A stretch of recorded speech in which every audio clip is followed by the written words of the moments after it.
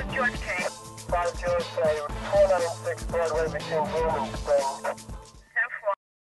Detectives with the Fayetteville Police Department are asking for the public's assistance in identifying a suspect from a recent incident.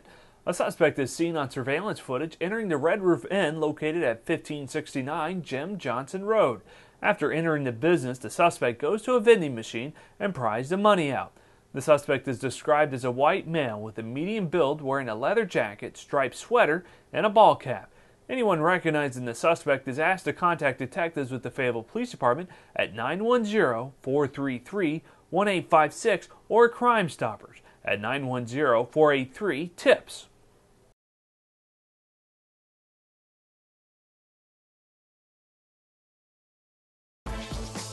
That's what the list, Shelby 13 Central. 5 George K.